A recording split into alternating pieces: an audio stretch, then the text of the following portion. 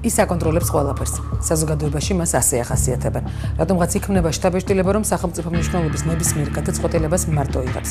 მას ეკუთვნის 30,000 კაცისგან შემდგარი უწყება, რომელიც თავის მხრივ ქვეყანაში არსებულ ყველა სხვა ინსტიტუტზე ზემოქმედების საუკეთესო ბერკეტია.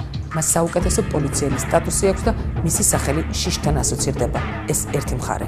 მეორეს მხრივ ვანო მერაბიშვილის სახელს უკავშირებენ სისხლიან სპეცოპერაციებს, ბიზნესმენების სადამშრალო ღონისძიებებს და დარბეულ აქციებს. სააკაშვილის შემდეგ მას ხელისუფლებაში მეორე რგოლად მოიაზრებენ და ნებისმიერ გადაწყვეტილებას მასთან ათანხმებენ. ის ერთადერთი ძლიერი მეორეა, რომელმაც იცის, რომ პირველობის ამბიცია არ უნდა გაუჩნდეს. ძლიერი, რომელსაც უკანასკნელი 5 წელია ერთი ბიჭის აჩრდილი დასდევს და მასაც და საზოგადოებასაც საბედისწერო შეცდომას ახსენებს. შეცდომას, რომელმაც პირველი პოლიციელის მეუღლის სახელის სტრასბურგის გადაწყვეტილებაში არსებობა განაპირობა. ვანო მერაბიშვილის პოლიციური ანატომია.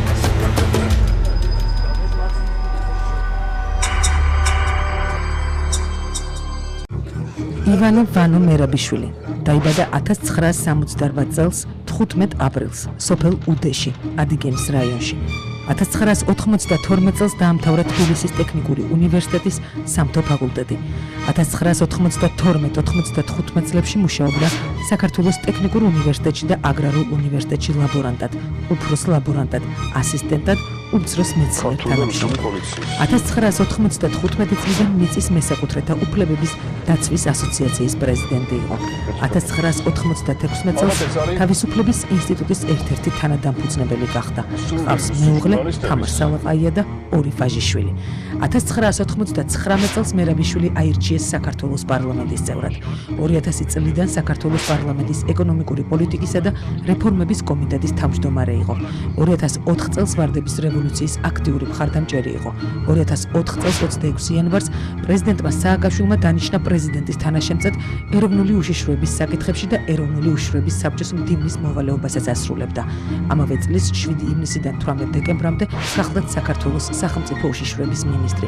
2004 წლის 18 დეკემბერს დაინიშნა საქართველოს შინაგან საქმეთა მინისტრად. ვანო მერაბიშვილმა პოლიტიკური კარიერისთვის მზადება, როგორც ჩანს, 1995 წელს დაიწყო. მერაბიშვილის მიერ ტექნიკური უნივერსიტეტის რექტორისთვის მიწერილ განცხადებაში ვკითხულობთ. საქართველოს ტექნიკური უნივერსიტეტის რექტორს ბატონ რამაზ ხუროძეს, უნივერსიტეტის სამთო გეოლოგიური ინსტიტუტის გეოდეზიის კათედრის ასისტენტის განცხადება ივანე მერაბიშვილი. ისევ განცხადება. გთხოვთ გამათავისუფლოთ და გავებული თანამდებობიდან 1995 წლის 21 ივნისი. ორთოგრაფიულ შეცდომებს შორის ადვილად იკითხება ის, რომ მეცნიერ თანამშრომელი მერაბიშვილი სწორედ ამის შემდეგ იწყებს პოლიციელი მერაბიშვილობისთვის მზადებას. საქართველოს პოლიციელებს, სპეცნაზელებს, ყველას, ვისაც მისი ვალი აქვს დაიცვას საქართველოს საზოგადოება. არავითარ შემთხვევაში არ შეკიტოგდეთ ხელი. თუ დაინახავთ, რომ ოდნავ მაინც საფრთხე ექმნება მოქალაქის, მით უმეტეს პოლიციელის სიცოცხლეს. საქმე ნომერი 250907. განაჩენი, სტრასბურგი, 2011 წლის 26 აპრილი. სასამართლო აღნიშნავს, რომ გამოძიების თავდაპირველმა ეტაპებმა ჩატარებულმა შინაგან საქმეთა სამინისტროს მიერ 2006 წლის 28 იანვარს სანდრო გირგულიანის სხეულის აღმოჩენის შემდეგ ჩამოაყალიბა 2 ფაქტი. ის, რომ გარდაცვლილსა და ლევან ბუხაიძეს ყოფნა კაფე შარდენში დაემთხვა შინაგან საქმეთა მინისტრის მეუღლის სამეგობრო წრის იქ-ყოფნას, რომელიც შედგებოდა ამავე სამინისტროს მაღალჩინოსნებისგან. კაფეს დატოვებისას 2 მსხვერპლს შეურაცხყოფა მიაყენეს უცნობმა პირებმა, რომლებიც იქცეოდნენ როგორც პოლიციელები. ეს ინსტიტუციური კავშირი და იერარქიული სუბორდინაცია შინაგან საქმეთა სამინისტროს მაღალჩინოსნებსა და იმ პირებს შორის, რომლებიც იძიებდნენ ამ საქმეს, არის კიდევ უფრო მეტად თვალშისაცემი, რადგანაც დათა ახალაია მინისტრის მეუღლის მეგობარი და ამავდროულად გია ალანიას უშუალო უფროსი იყო. შესაბამისად ის გახლდათ პირი, რომელიც პასუხს აგებდა სანდრო გირგულიანის გარდაცვალებასთან დაკავშირებულ გამოძიებაზე.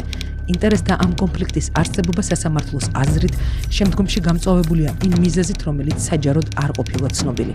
დათა ახალაიას მონაწილეობა გამოძიებაში ჩანს 2006 წლის 24 თებერვლის სამინისტროს დოკუმენტში, რომელიც იყო კლასიფიცირებული როგორც შიდა მოხმარების დოკუმენტი. ამ დოკუმენტის შინაარსი შემდგომში ადასტურებს, რომ სულ მცირე 2006 წლის 2 თებერვლისთვის დათა ახალაიამ უკვე იცოდა დანაშაულში მისი კოლეგების შესაძლო მონაწილეობის შესახებ. თუმცა თვით იგი არ გასულა საქმიდან უფრო მეტიც. თუკი დათაახალაიას ჩვენებებს დავეყრდნობით, სასამართლო შეძრულია იმ ფაქტით, რომ თვით შინაგან საქმეთა მინისტრმა არ გააუქმა მისი ბრძანება, რადგან ფაქტებისა და გარემოებების მიხედვით ჩანს, რომ მისი დაქვემდებარებული პირები და შესაძლოა მისი მეუღლეც ჩარეულნი იყვნენ ამ საქმეში, რაც თავის მხრივ იქნებოდა მხოლოდ პროფესიული და მახვილგონივრული გადაწყვეტილება. არსებული გარემოებებიდან გამომდინარე, მაგრამ პირიქით მან გასცა განკარგულება დათაახალაიას განეგრძო გამოძიება. ძალიან განერვებული ვარ ეს დღები, წელი რო სრულდება, სულ გიჟათა ვარ გწეული, რომ ბავშვი ერთი წელია თურმე არ მინაღავს. სანდრო გირგულიანის მკვლელობიდან მხოლოდ 5 წლის შემდეგ ისეთ სტრასბურგის სასამართლოს გადაწყვეტილებიდან ხდება ცნობილი, რომ შინაგან საქმეთა მინისტრმა ვანო მერაბიშვილმა სწორედ დათაახალაიას დაავალა გირგულიანის მკვლელობის გამოძიება. საზოგადოებას კი საწინააღმდეგო ახსოვს შინაგან საქმეთა სამინისტროს კონსტიტუციური უსაფრთხოების დაცვის დეპარტამენტის დირექტორის დათაახალაიას და სამინისტროს გენერალური ინსპექციის უფროსის ვასილ სანოძის ბრიფინგი, სადაც ამ ორმა პირმა ძიების დასრულებამდე თანამდებობრივი უფლებამოსილების შეჩერების შესახებ განცხადება გააკეთა. ჯერჯერობით გაურკვეველია, ვისთვის იყო განკუთვნილი გადადგომის ეს სცენა. ახალგაზრდა ბიჭის მკვლელობით აღშფოთებული საზოგადოებისთვის თუ შინაგან საქმეთა მინისტრის მეუღლის სახელის მკვლელობასთან ასოცირებით გაკვირვებული დიპლომატიური კორპუსისთვის, მაგრამ ფაქტია, რომ ეს სცენა სხვა სპექტაკლიდან იყო, რომელიც დასრულდა თუ არა, არავინ იცის.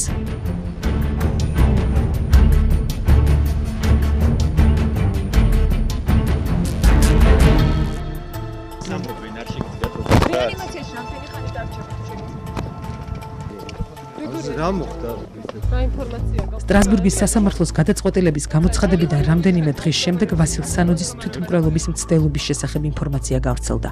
ოფიციალური ვერსიით ის იარაღის წმენდის დროს გავარდილმა ტყვიამ დააზიანა. ცნობილი მხოლოდ ის არის, რომ სანოძე ამ დროისთვის ისრაელის ერთ-ერთ კლინიკაში გადის მკურნალობას, რომლის სახელიც მკაცრად გასაიდუმლოებულია. გენერალური ინსპექციის უფროსი ასევე გავრცელებული ინფორმაციის თანახმად მძიმე მდგომარეობიდან გამოვიდა და ფეხზე ადგა. ეს აჩრდილის მიერ კარდაკარ ჩამოტარებული საქმის მხოლოდ ერთი ეპიზოდია. ეს ადამიანები გარეული არიან ჟვანიას მკვლელობაში. ეს კვალი, ეს ადამიანები მელნიკოვის ჩათვლით არიან გარეული ჟვანიას მკვლელობაში. როგორ ამას დაადგენს გამოძიება, მაგრამ კვალი მიდის მათთან. იმიტომ არის ეს მცდელობა, ჯერ 6 თვე მოუკლეს, ეხლა კიდე 9 მოუკლეს და პრაქტიკულად მაგათ უფლება აქვთ, რომ დღეს ხვალ გამოუშვან ისინი გარეთ.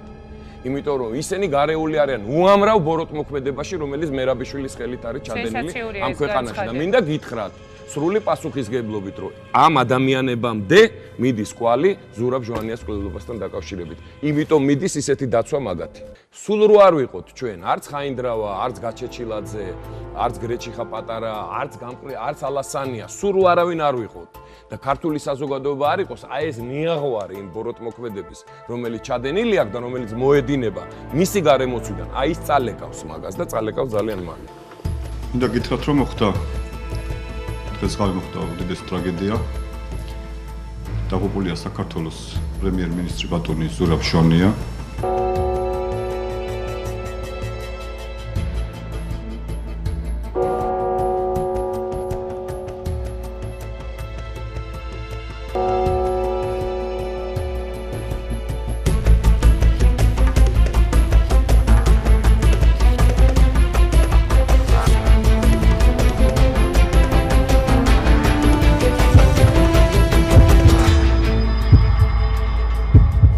სტატისტიკა მოყავთ და დემონსტრაციებს აწყობენ ჩვენი უდანაშაულო დაღუპული ბიჭები. დღეს ეს რომ მოეკლათ ეს ბანდიტი, ასევე გამოაკრავდნენ ერთ-ერთ მიტინგზე უდანაშაულობს ხერხლი სახელმწიფო ტერორიზმს. და იმათ სინდისზე იყოს, ვინც ამ პლაკატებს აკრავს ამ პოლიციელის სიცოცხლე. სადაც იარაღია გამოსახენებელი, იარაღი უნდა იქნას გამოყენებული. არასამთავრობო ორგანიზაციები თვეების განმავლობაში მუშაობდნენ იმაზე, რომ გაერკვიათ რეალურად შინაგან საქმეთა სამინისტროს მიერ ჩატარებული ღონისძიებების შედეგად რამდენი ადამიანია მოკლული და რამდენი საქმეა გამოუძიებელი. სია საკმაოდ გრძელი აღმოჩნდა. გიორგი ინასარიძე 2003 წლის 20 დეკემბერს წინასწარი დაკავების იზოლატორში ნახეს ჩამომხრჩვალი. ოთარ გველუკაშვილი 2004 წლის 20 იანვარს გურჯაანის რაიონის სოფელ კარდენახში ჩატარებული სპეცოპერაციისას მოკლეს. ანტონ უგულავა 2004 წლის 9 მარტს დაკავებისას მოკლეს. დიკო ბარქაია და ზაზა ფანცქელიძე 2004 წლის 17 მარტს მოკლეს ზუგდიდში ჩატარებული სპეცოპერაციისას. ევგენი და ომეხ აფრასიძეები 2004 წელს მესტიის რაიონის სოფელ ეცერში ჩატარებული სპეცოპერაციისას მოკლეს. ხვიჩა კვირიკაშვილი 2004 წლის 23 მაისს გლდანი ნაძალადების პოლიციის თანამშრომლების მიერ სასიკვდილოდ ნაცემის სახლში მიყვანიდან 9 საათში გარდაიცვალა. ალექსანდრე გომაშვილი 2004 წლის 22 ივლისს კახეთში დაკავებისას მოკლეს. ბუტა რობაქიძე 2004 წლის 23 ნოემბერს დიდუბის პანთეონთან საპატრულო პოლიციის თანამშრომელმა მოკლა. მურთაზ ქარდავა და თემურ ხუბუნია 2004 წლის 23 ნოემბერს ოფიციალური ვერსიით უშიშროების თანამშრომლის ოჯახზე თავდასხმისას მოკლეს.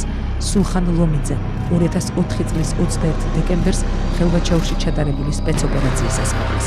ნესტორ ესებუა, გია ოკუჯავა და თემურ ცეკვავა 2005 წლის 29 აგვისტოს აბაშის რაიონის სოფელ მარანში დაკავების დროს მოკლეს. თამაზ კურკუმული 2005 წლის 12 ოქტომბერს თბილისში სპეცოპერაციისას მოკლეს. ალექსანდრე თაბაგარი 2005 წლის 24 ოქტომბერს ლანჩხუთის რაიონის სოფელ ჩონჩხაათში მოკლეს. ხვიჩა მელაძე, გიორგი კვირიკაშვილი, გიორგი მანჯავიძე 2005 წლის 31 ოქტომბერს თბილისში მოკლეს სპეცოპერაციისას. ლევან გულუა 2005 წლის 11 ნოემბერს თბილისში გამსახურდიას გამზირზე დაკავებისას მოკლეს. რევას სარჯველაძე 2005 წლის 14 დეკემბერს დაკავებისას მოკლეს. მურად გიორგაძე, რომან სურმანიძე, მარად ართმელიძე 2006 წლის 12 იანვარს თბილისში მეტრო სამგორთან ჩატარებული სპეცოპერაციისას მოკლეს. ვლადიმერ ხოშტარია 2005 წლის 21 თებერვალს დაკავებისას მოკლეს. აკაკი კორკოტაშვილი 2005 წლის 19 მარტს გურჯაანში სპეცოპერაციის დროს მოკლეს. ავთო და ვახო გუმაშვილები 2005 წლის 3 ივლისს სოფელ დუიშში ჩატარებული სპეცოპერაციისას მოკლეს. ვახტანგ მარგოშვილი 2005 წლის 20 ივლისს ქვემო ქართლში ოფიციალური ვერსიით საზღვრის უკანონოდ გადაკვეთისას მოკლეს. რევაზ ცალანი 2006 წლის 20 ივნისს მესტიის რაიონში სპეცდანიშნულების რაზმის წარმომადგენლებმა სცემეს, რის შემდეგაც ლუგის მიეჯაჭვა და მალევე გარდაიცვალა. სანდრო გირგულიანი 2006 წლის 28 იანვარს შინაგან საქმეთა სამინისტროს თანამშრომლებმა აწამეს ოქროყანის სასაფლაოს ტერიტორიაზე. გია თელია 2006 წლის 13 თებერვალს სპეცოპერაციის დროს მოკლეს. 2006 წლის 27 მარტს ციხის ბუნტის დროს ოფიციალური ვერსიით 7 პატიმარი მოკლეს. ჯემალ ჩაფიძე 2006 წლის 28 აპრილს მოკლეს დაკავებისას. ზვიად ბაბუხადია, ბუთხუს კიზირია, ვალერი ბენდელიანი 2006 წლის 23 თებერვალს მოკლეს ბაღდათის რაიონის სოფელ ვარციხეში ჩატარებული სპეცოპერაციისას.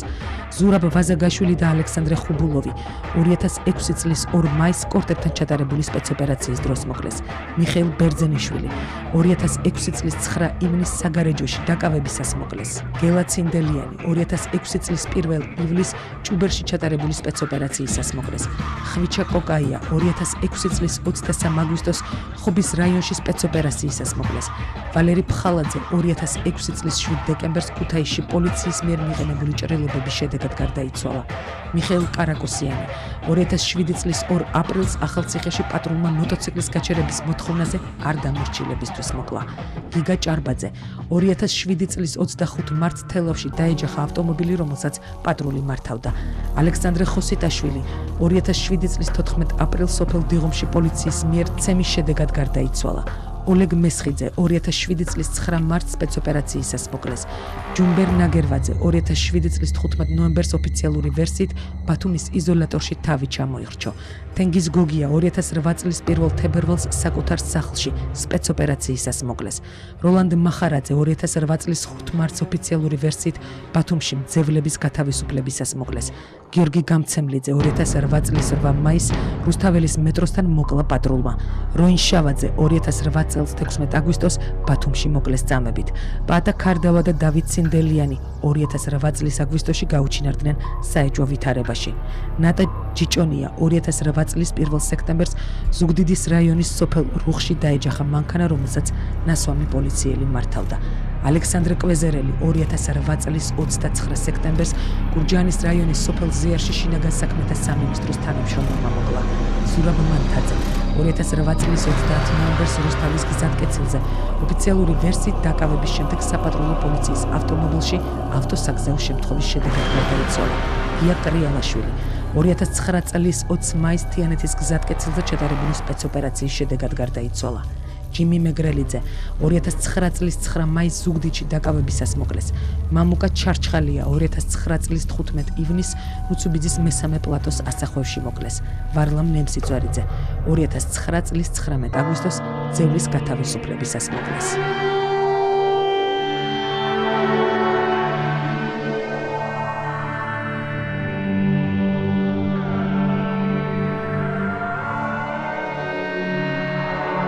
დღევანდელი პოლიცია თulis რომ ის ეკუთვნის ხალხს, ის წარმოადგენს ხალხს, ის იცავს ხალხს, ის ემსახურება ხალხს და ამიტომ ხალხი პასუხობს ყველაფერს ამას სიყვარულით. ასხივებთ საქართველოსთვის, გამოსცემთ სითბოს საქართველოსთვის და კაშკაშა სინათლეს გადაცემთ რეგიონის ბევრ ქვეყანას და გაზვიადების გარეშე მთელ მსოფლიოს. შინაგან საქმეთა მინისტრს ვანო მერაბიშვილს ტყვიები დასჭირდა. Сегодня закрыли оппозиционную телевидение. Объявили чрезвычайную ситуацию в городе. Правильно делали. Давно надо. А если имеется возможность какой-то помощи? Сейчас я пишу резиновые пули. Есть? Потом Газовые какие-то вот гранаты или пули. гранаты есть шумовые и газовые. Оба надо. Вот газовые. Шумовые тоже.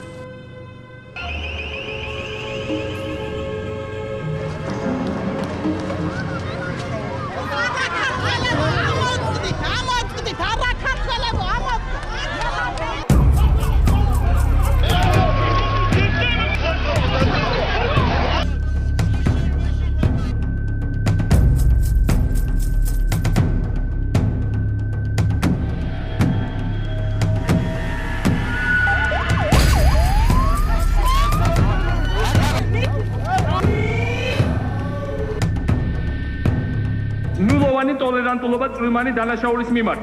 მე შემოგვაქვს ცვლილებების სისხლის სამართლის კოდექსში, რომელიც ითვალისწინებს, რომ პირის ძარცვაზე, ქუჩის ძარცვაზე, ჯიბგირობაზე, ნარკოტიკების შენახვაზე მთლიანად უნდა გაუქმდეს პირობითი საჯელი, არანაირი პირობით საჯელი, ყველა ციხეში. დღევანდელი პოლიცია მთლიანად თავისუფალია კორუფციისგან. 2010 წლის ყველაზე წარმატებული სპეცოპერაცია ხელისუფლების შეფასებით საერთაშორისო ნარკოკარტელის წევრების დაკავება და ამ ბიზნესით ნაშოვნი 1,700,000 ევროს ამოღებაა. მერაბიშვილის უწყებამ ამ საქმით ტრაბახი მხოლოდ 8 თვე მოახერხა. კვირის რეპორტაჟის წყალობით გაირკვა, რომ ნარკოკარტელის ერთ-ერთ ხელმძღვანელად დასახელებული ნუგზარ ბოჭორიშვილი დევნილი ბიზნესმენია, რომელსაც მერაბიშვილის უწყების ყველაზე პოპულარული თანამშრომლის სოსო თოფურიძის სახელით კონსტიტუციური უსაფრთხოების დაცვის დეპარტამენტის თანამშრომელი 3 მილიონ ევროს თხოვდა თავისუფლების სანაცვლოდ. რაზე მინდოდა შენთან დალაპარაკება? ჩემთან რო არის ესა სოსო არ მინდა ხალხო არის თქმა რა? ხო. ხტები. ხშირად რო გამოდის. ხო. არჩე იმდრეს მელაპარაკა რა. ხოდა ესეთი რაღაცა მინდა რა რო გიქცა, გარუჩე შენ ძებნასთან დაკავშირებით რა რომ მოიხსნა ძებნა 3 მილიონი ევრო ოღონ რა შეძლებ ჩარიცხო ან კიდე ქეშად რა 1,5 მილიონიო და შენ ძებნა მოგვარდებაო რა მოუხსნითო ძებნას. ჯო არ არსებულ რაღაცებს მედავებიან და ეხლა რა მილიონებზე აქვს ლაპარაკი ან რომელი მილიონერი მემნახეს. ამ ჩანაწერმა მერაბიშვილის მიერ დაკავებული თუ ძებნილად გამოცხადებული ყველა ბიზნესმენის საქმე კითხვის ნიშნის ქვეშ დააყენა. ბიზნესის და მერაბიშვილის უწყების ურთიერთობის კლასიკური მაგალითია ბიზნესმენი ქიბარ ხალვაში, რომელიც მხოლოდ ირაკლი ოქრუაშვილთან მეგობრობის გამო დაისაჯა. ხალვაშთან და მის ძმასთან მოლაპარაკებას 17 მილიონის გადახდის თაობაზე უშუალოდ მერაბიშვილის ქვეშევრდომი დათა ახალაია აწარმოებდა. დამაკავეს მეორე დღის ხამის პირველ საათამდე მიდიოდა საუბარი თანხაზე. უნდა გადაგვეხადა ეს სასწრაფოდ 2 დღის განმავლობაში და ვიქნებოდი ხელშეუხებელი, კივარიძე ძებნა შეწყდებოდა და გავაგრძელებდით ჩვენ საქმიანობას ჩვეულებრივ. და ეს სიტყვებს მეუბნებოდა თვით დათაახლაი. ყოველ ნახევარ საათში მეკავშირდებოდა რა იქნა, რა ხდება, იშოვეთ, რაიმეს იმედი გაქვს თუ არ გაქვს, თუ არ გაქვს მეწოდები, იმიტომ რომ ჩვენ მათ ფულს მაინც ამოვიღებთ თქვენსგან. ანატომიის მაყურებელს ახსოვს ასევე დეპუტატის თუ ბიზნესმენი გეგენავას დამლაგებლების ფირმაზე მერაბიშვილის კონტრდაზვერვის მიერ გაცემული ნებართვა საიდუმლო საქმიანობის წარმოების შესახებ, რაც სავარაუდოდ დასალაგებელ უწყებებში მოსასმენი აპარატურის დამონტაჟებას უნდა გულისხმობდეს. ვანო მერაბიშვილი ხელმძღვანელობდა უკრაინის არჩევნებში ქართველი ეგრეთ წოდებული დამკვირვებლების მოქმედებასაც. ირკვევა, რომ ვანო მერაბიშვილი მშობლიურ ადიგენის რაიონს აკონტროლებს სომეხ ავტორიტეტთან ნორიკ ახალციხისკთან ერთად, რომელიც თავის მხრივ ლუშკოვის მარჯვენა ხელად სახელდება. მერაბიშვილი ბიზნესმენი, პოლიციელი თუ პოლიტიკოსი. ფაქტია, რომ მისი მშენებარე სახლი ძალიან წააგავს პრეზიდენტისას. Грузинская оппозиция утверждает, что Министр Мерабиშვილი ქართულზე ხშირად რუსულ მედიასთან ჩნდება. სწორედ რუსულ კომერსანტს მისცა მან ერთ-ერთი ბოლო ვრცელი ინტერვიუ, სადაც მერაბიშვილი თითქმის ყველა საკითხზე აფიქსირებს საკუთარ მოსაზრებას, მათ შორის არ ერიდება ქართული ეკლესიის ირიბად გაკრიტიკებასაც. პირველი პოლიციის სოფხედველობის უკეთესად გასაგებად გთავაზობთ რამდენიმე ამონარიც ამ ინტერვიუდან.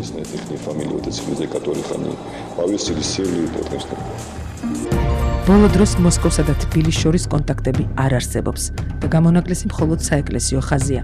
რამდენადაც ვიცი, საქართველოს ხელისუფლებას რუსეთისა და საქართველოს ეკლესიებს შორის პირდაპირი კავშირები მაინც და მაინც არ მოსწონს. მერაბიშვილი პასუხობს უკომენტაროდ. ჟურნალისტი ეკითხება, მაგრამ ეს მხოლოდ საეკლესიო ურთიერთობა. ამბობს მერაბიშვილი. აფხაზეთისა და სამხრეთ ოსეთის სამაგიეროს იხდით? მერაბიშვილი პასუხობს, რომ ომი ჯერ კიდევ დასრულებული არ არის. იქნება შთაბეჭდილება თითქოს დასავლელ პარტნიორებზე გულგატეხილი ხარ. არა, რატომ ჭკვიან დასავლეთს ჩვენ ვუყვარვართ.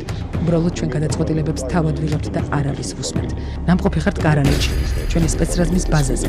იქ ჩვენი სპეცრაზმი პირისპირ დგას თქვენ სამხედროებთან. ჩვენი სპეცრაზმელებისთვის ჯავშან მანქანები კობრა შევიძინეთ იმის მიუხედავად, რომ ევროპელები გვეწინააღმდეგებოდნენ. რაში გჭირდებათ რუსების პროვოცირებაო. ჩვენ არ მოვუსმინეთ ევროპელებს და შედეგად კი არც ერთი დაღუპული არ გვყავს ამ ზონაში. ანუ ევროპელებს ყოველთვის არ უნდა დავუჯეროთ? მე ვიტყოდი, რომ თითქმის არასდროს, ამბობს მერაბიშვილი.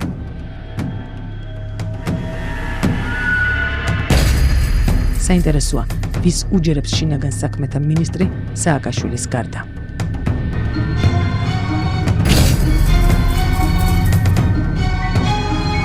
რამდენიმე დღის განმავლობაში ვცდილობდით ინტერვიუზე დაგვეთანხმებინა ვანო მერაბიშვილი, თუმცა მინისტრმა ჩვენთან საუბარი არ ისურვა. შეიძლება ამის შემდეგ მაინც გაგვერკვია, ასრულებს ის სააკაშვილის ბრძანებებს თუ მოქმედებს დამოუკიდებლად. ან რატომ იშენებს სასახლეს, რომელიც ძალიან ჰგავს პრეზიდენტისას და ბოლოს და ბოლოს ვინ არის ის, პოლიციელი, პოლიტიკოსი თუ ბიზნესმენი. ალბათ გაგვცემდა პასუხს საკუთარი მეუღლის ბიზნესზე გაფორმებულ ბიზნესებთან დაკავშირებით და შემოსავალსაც არ დაგვიმალავდა. ან შეიძლება მისი ხელისუფლებაში ყოფნის პერიოდში დაშვებულ ყველაზე დიდ შეცდომასაც ეთქვა რამე. ან საინტერესოა, გრძნობს თუ არა პასუხისმგებლობას როგორც მინისტრი ზემოთ ჩამოთვლილი ყველა პირის მკვლელობაზე, დარბეულ აქციებზე, დახურულ ტელევიზიაზე და ქვეყნიდან გაქცეულ ადამიანებზე. ან იქნებ ისიც ისევე ფიქრობს როგორც სხვები და ამ პასუხისმგებლობას მასზე უფრო ძლიერ სააკაშვილს აკისრებს. სამწუხაროდ ეს ვერ გავიგეთ. ვიფიქროთ საკუთარ ანატომიაზე.